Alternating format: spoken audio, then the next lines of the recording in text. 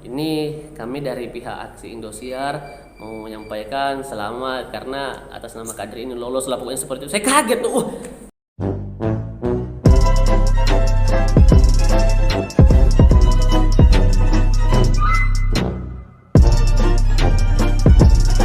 Assalamualaikum warahmatullahi wabarakatuh. Alhamdulillah wassalatu wassalamu ala Rasulillah wa ala alihi wa sahbihi wa mawalah, la haula wa la quwata illa billah.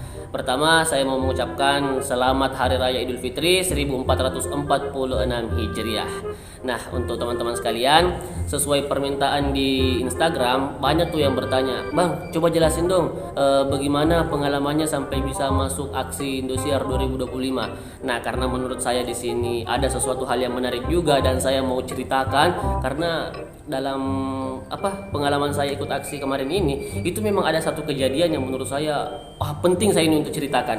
Memang betul itu ada yang mengatakan yang sudah tertakar tidak akan tertukar, atau juga ada yang mengatakan yang sudah menjadi takdirmu pasti akan menemukan cara untuk menemukanmu. Pokoknya begitulah. Nah, tanpa lama-lama saya mau ceritakan mulai dari awal. Jadi pertama tuh saya mendaftar aksi ini yang kedua kalinya.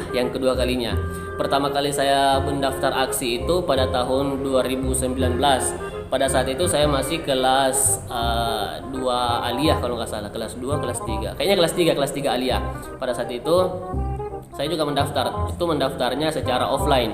Nah, tapi ketika mendaftar pada saat itu belum rezeki untuk lolos, tapi tidak apa-apa. Akhirnya saya mencoba peruntungan kedua kalinya mendaftar di tahun 2025 kali ini, dan alhamdulillah bisa terpilih menjadi salah satu peserta yang lolos.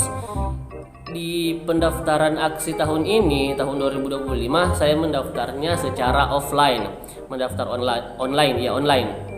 Jadi pendaftarannya itu kita mengupload video di salah satu akun media sosial, dan saya itu menguploadnya di TikTok. Upload video ceramah di TikTok itu durasinya kalau saya tidak salah ingat tidak dibatasi sih.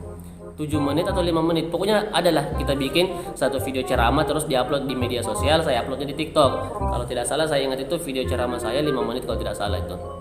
Nah, terus link videonya itu dikirim ke link pendaftaran, terus mendaftar, mengisi semua persyaratan yang dibutuhkan. Nah, di situ menunggulah saya beberapa saat kemudian untuk menunggu hasilnya. Wah, di sini saya, kalau orang Bugis itu bilang dumba-dumba atau dak-dikduk lah, sambil menunggu.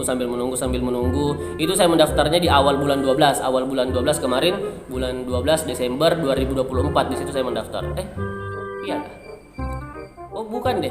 Saya mendaftarnya itu akhir bulan 11 atau pertengahan menuju akhir. Pokoknya kayak gitulah, bulan 11. Nah, terus tanggal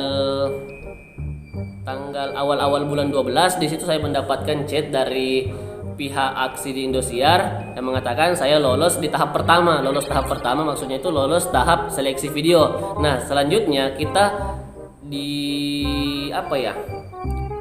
untuk tahap selanjutnya yaitu wawancara. Nah, di tahap wawancara ini lebih ketat lagi. Kita kembali disuruh Zoom. Nah, di Zoom itu kita berceramah 5 menit dan sudah ada pihak Indosiarnya di situ. Kalau tidak salah ingat itu saya menghadapi 5 orang di Zoom itu. Semua 5 orang itu adalah pihak-pihak Indosiar yang mau menyeleksi peserta-peserta aksi.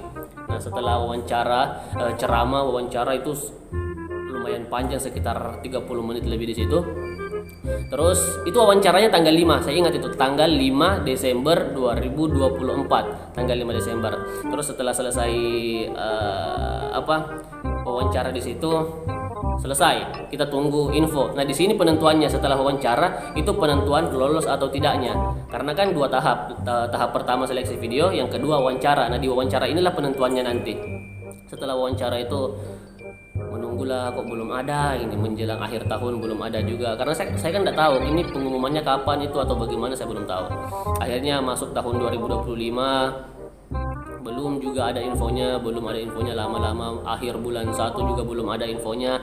Akhirnya di tanggal belum sampai situ. Nah, waktu bulan 1 itu saya sempat ragu untuk bisa mendapatkan info kelulusan. Kenapa? Karena pada saat bulan 1 kemarin saya itu harus KKN. Nah, KKN parahnya lagi yang bikin saya negative thinking itu lokasi KKN saya berada di Kabupaten Baru, Kecamatan Pujananting, Dusun Jempulu, Sulawesi Selatan. Di situ, ya Allah, yang bikin saya takut itu karena di sana tidak ada jaringan sama sekali. Jaringan data tidak ada, jaringan seluler juga tidak ada. Jadi kalau misalnya ada telepon masuk, tidak bisa sampai.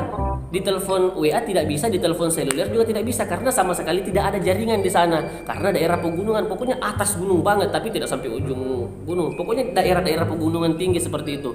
Saya waktu saat itu, wah bagaimana ya ini? Kalau misalnya nanti saya lolos dapat telepon, itu tidak bisa masuk dong teleponnya. Tapi alhamdulillah di sana itu masih bisa internetan, tapi internetannya itu pakai wifi. Terus itu pun dibeli. Kalau tidak salah ingat itu berapa ya? 11.000 10 jam. Nah kalau habis beli lagi. Nah kalau kebetulan lagi uang habis nggak bisa beli kan repot, nggak bisa dapat telepon dari siapa-siapa. Nah waktu itu saya pesen deh sama teman saya, karena kan waktu mendaftar itu kita masukkan 2 nomor, satu nomor pribadi, satu nomor orang yang bisa dihubungi. Nah saya kasih tahu lah teman saya ini, nanti kalau misalnya saya tidak bisa dihubungi, siapa tahu nanti telepon kamu itu diangkat ya. Kalau ada telepon dari nomor baru, pokoknya angkat saja, siapa tahu itu telepon dari aksi kayak gitu. Tapi tetap saya takut, siapa tahu nanti saya ditelepon terus tidak saya angkat, terus dibatalkan. Ya Allah, kan sedih banget kalau seperti itu. Akhirnya KKN lah saya di situ. KKN-nya itu 45 hari.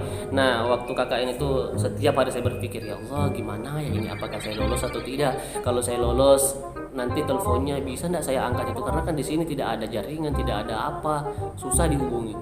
Tapi setiap hari saya berusaha itu untuk online. Setiap hari saya beli wifi-nya. Tapi enggak setiap hari juga saya bisa online 24 jam, karena kalau habis 11.000 10 jam paling saya aktif besoknya lagi, nggak bisa aktif 24 jam seperti itu, karena ya uang juga terbatas waktu KKN saat itu.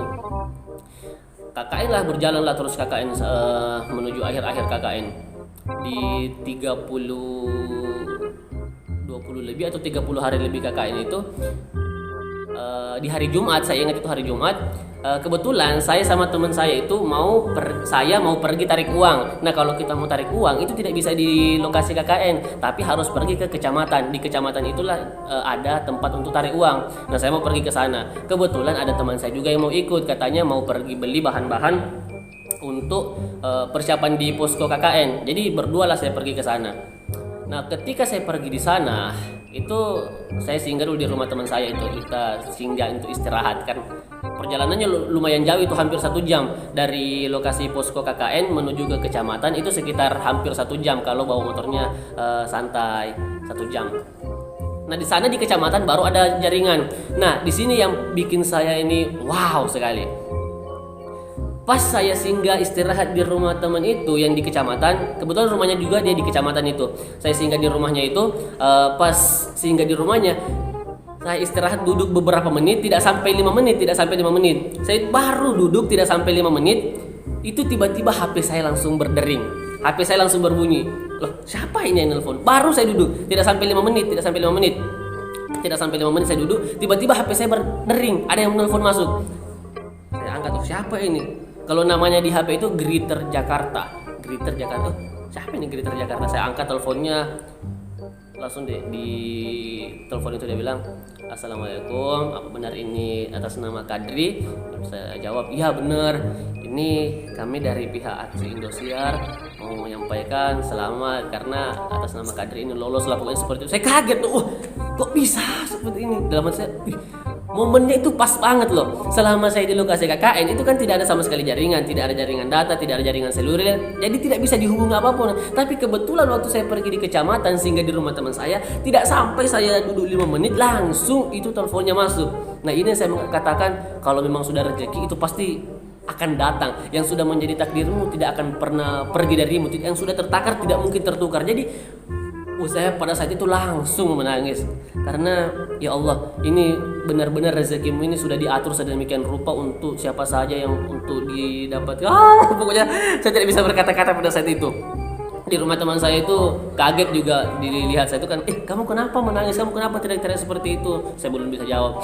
Nanti setelah saya menangis saya baru bisa menjelaskan. Jadi gini, saya itu kan daftar aksi, tapi kemarin takut kalau misalnya saya lolos tapi tidak bisa dapat teleponnya karena di lokasi KKN tidak bisa dihubungi. Tapi alhamdulillah baru tidak cukup 5 menit saya duduk di sana, langsung itu teleponnya masuk. Allahu Akbar, betapa bahagianya saya. Itu teleponnya masuk tanggal 6 Februari 2025. Saya masih ingat itu 6 Februari 2025. Nah, setelah teleponnya itu masuk, dihubungilah saya sama panitia aksi tentang apa-apa saja yang harus dipersiapkan. Terus besoknya juga dikirimkan tiketnya karena ditanggung. Ya pokoknya kalau saya tidak bisa menjelaskan lebih banyak karena menurut saya ini salah satu pengalaman yang sangat luar biasa. Karena ya itulah yang mau saya sampaikan, pesannya dari apa yang saya sampaikan ini adalah jangan takut dengan rezekimu, jangan takut dengan takdirmu, karena seperti yang saya katakan tadi, yang sudah tertakar tidak akan pernah tertukar. Rezeki itu pasti akan datang kepadamu juga, karena ada dua macam rezeki, ada rezeki yang dicari, ada rezeki yang datang. Ini juga perdebatannya antara Imam Syafi'i dengan Imam Malik. Kalau Imam Syafi'i bilang rezeki itu ya harus kita cari, tapi kalau Imam Malik bilang rezeki itu juga kita duduk-duduk saja pasti rezeki itu akan datang. Jadi ini semua yang harus kita perjuangkan.